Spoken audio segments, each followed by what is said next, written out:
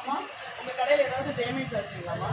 அதாவது அண்ணாமலை அண்ணா உங்களுக்கு அனுப்பிச்சு விட்டுருக்காருங்க, எதுவும் டேமேஜ் ஆச்சுங்களா? அம்மா உங்களுக்கு ஏதாவது உங்கள் கடையில் ஏதாவது அண்ணா உங்கள் கடையில் ஏதாவது என்னன்னா காலு டக்குன்னு பட்டுருது, அவங்களை அறியாமல் பட்டது. சரி சரி ஏன்னா கூட்டத்தில் நம்ம வந்து கண்டுபிடிக்க சரி முடியாது. சரிங்க. அண்ணாமலை அண்ணா அவருடைய ஆஃபீஸுக்கு எங்களை அனுப்பிச்சு விட்டாருங்க.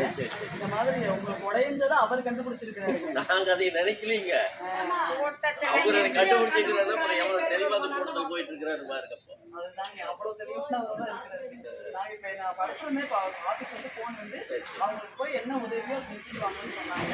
அதனால இந்தாங்க 2 டஜன் உங்களுக்கு போடணும்னு சொல்லியிருக்கீங்க. 500 வச்சுக்கோங்கண்ணா. சரிங்களா அம்மா?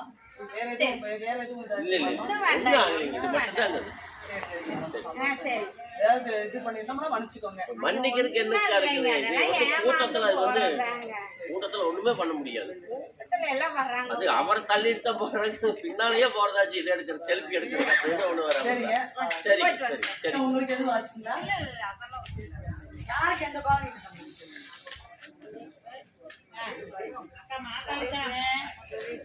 அண்ணாமலை என்ன அவருடைய ஆபீஸ் வந்து எங்களை கேட்டிருந்தாங்க, உங்களுக்கு ஏதாவது தொந்தரவு இருக்கா? யாரோட உடையில அவருக்கு மட்டும் 2 லட்சம் ரூபாய் உடைச்சது. அது காசு கொடுத்துருங்க. அது காசு கொடுத்தீங்களா? அவர் ஜெயிச்சு வந்தால் தாமரை மரம் தான் எங்களுக்கு ரொம்ப சந்தோஷம். நாட்டு கஷ்டமே தீரும். அடுத்த ஜென்மம் வந்து அவர் எனக்கு மகனாக பிறக்கும். வந்தாரியத்தான் அவருக்கு மகனாக பிறக்கும். ரொம்ப சந்தோஷம். அவ்வளோ ஒரு வேலை இருக்குது. என்னால் உள்ளதான் பார்க்க முடிஞ்சு, வெளியே போய் பார்க்க முடியும். அத்தனை பேர் பசங்க உள்ளே போய் கை கொடுக்கலான்னு ஒரு ஆசை, ஆதங்கம்.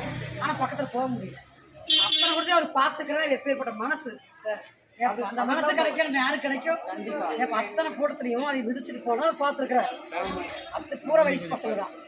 ஆனா அது விதிச்சு ஒரு கண்காணிச்சு எப்பேற்பட்ட மனசு இடையூறுக்கு நல்லா இடையூறுக்கு நல்லா இருப்பார். அவர் தான் ஜெயிப்பாரு. நிச்சயமா அவர் தான் ஜெயிப்பார். மறுபடியும்